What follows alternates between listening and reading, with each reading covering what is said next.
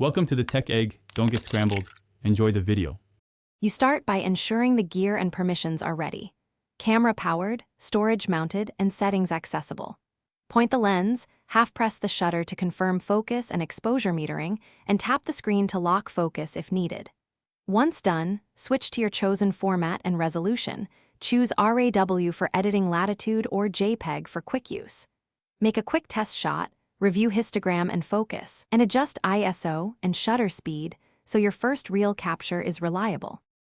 Now refine how you capture. If lighting varies, switch to manual exposure or adjust exposure compensation so highlights retain detail. Use bracketing to gather multiple exposures for HDR or burst mode for motion.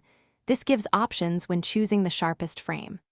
Slow shutter work demands tripod, remote trigger, and mirror lock to eliminate shake, while higher ISO helps freeze action, balance noise versus blur. Make small adjustments between shots and check previews to confirm composition and exposure before proceeding.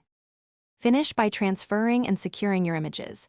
Copy files to 2 locations and verify transfers. You should calibrate color using a gray card or target and set a consistent white balance so edits start from a correct base.